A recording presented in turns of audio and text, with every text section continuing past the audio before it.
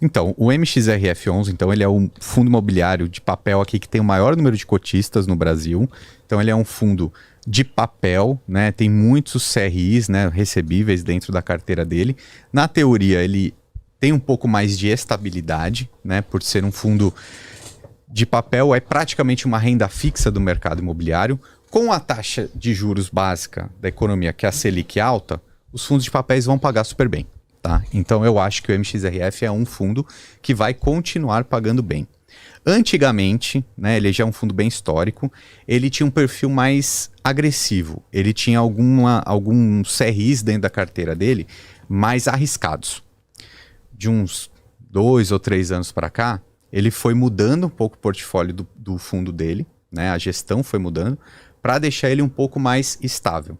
Então hoje, eu ainda acho que dentre os fundos de papéis ele não é o mais seguro, mas ele já não é mais o arriscado também. Eu acho que ele tem uma característica aí de risco médio e vai continuar pagando super bem. Eu acho que o investidor tem que olhar também outros fundos imobiliários de papéis, seguir um pouco, entender o que está dentro do fundo. Então, por exemplo, são contratos ali atrelados ao CDI ou à inflação? Tem permuta imobiliária? Tem outros fundos imobiliários dentro da carteira? Tá? Então, particularmente, o MXRF não é meu fundo preferido, não tenho na minha carteira pessoal, mas quem tem, eu acho que está fazendo boas compras também. Tá pagando mais de 1%, né? Sim. Isento de imposto de renda, né? Acho que é bom, é bom. Então... Tem muito fundo imobiliário de papel hoje pagando mais que 1% ao mês, né? E isso é muito bom para os cotistas, né? Para nós investidores. Vale ressaltar também que um fundo imobiliário de papel, ele não tem uma tendência clara de longo prazo de supervalorização, tá? Fundo de papel, então quem está assistindo a gente, se você comprar um fundo imobiliário de papel, pense que ele vai pagar bastante dividendo, mas ele não vai ter grande valorização. Não é a característica dessa ferramenta, desse tipo de classe de ativo. Tá? O fundo imobiliário de papel, ele tende a distribuir muito os juros, né, a taxa Selic, e distribuir muito a inflação do período. Então, se a gente está vivendo um momento de taxa Selic alta e inflação alta, é por isso que eles estão pagando super bem. E também não vão pagar isso para sempre. Tá? E mais uma ressalva que eu faço aqui sobre os fundos imobiliários, principalmente os fundos imobiliários de papéis, a gente não pode colocar todos no mesmo saco. Porque existem fundos imobiliários mais arriscados e fundos imobiliários mais seguros. Tá? O que isso quer dizer? No mercado, a gente costuma falar que são os high grades e os high yields.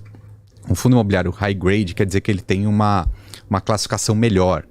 Tá? Então geralmente ele é negociado um pouco acima do valor patrimonial ali, né?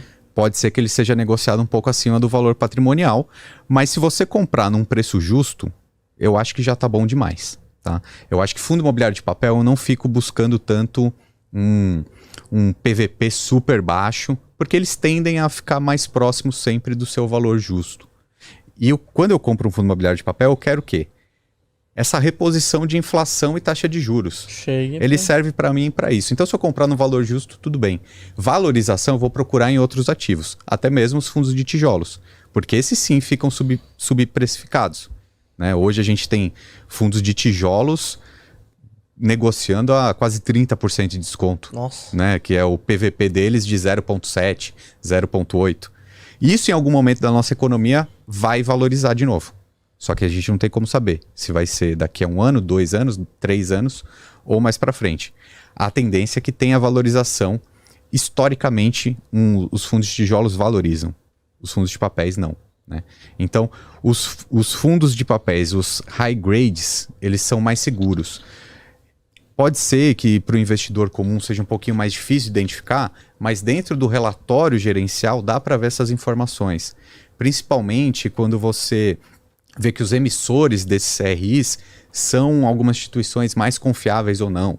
Por exemplo, Cirela, Helbor, Trisul, enfim, empresas mais fortes tendem a pagar menos nos seus CRIs, mas são mais seguros. Mais seguros, são empresas mais robustas, né? Exatamente. Agora, se você for pegar aquele empreendimento multipropriedade no interior do Rio Grande do Sul, obviamente ele é menos seguro. Quer dizer que vai ter calote? Quer dizer que vai prejudicar o cotista? Não é uma certeza, mas tem mais risco. E essa é uma batalha que o investidor tem que ter. Esse equilíbrio entre o risco e o retorno. Mas a lição que eu quero deixar aqui, a mensagem é: não são todos os fundos imobiliários que são seguros. Existem os mais seguros e os mais arriscados. E não tem nada de errado ser mais arriscado, desde que você saiba naquilo que você está investindo.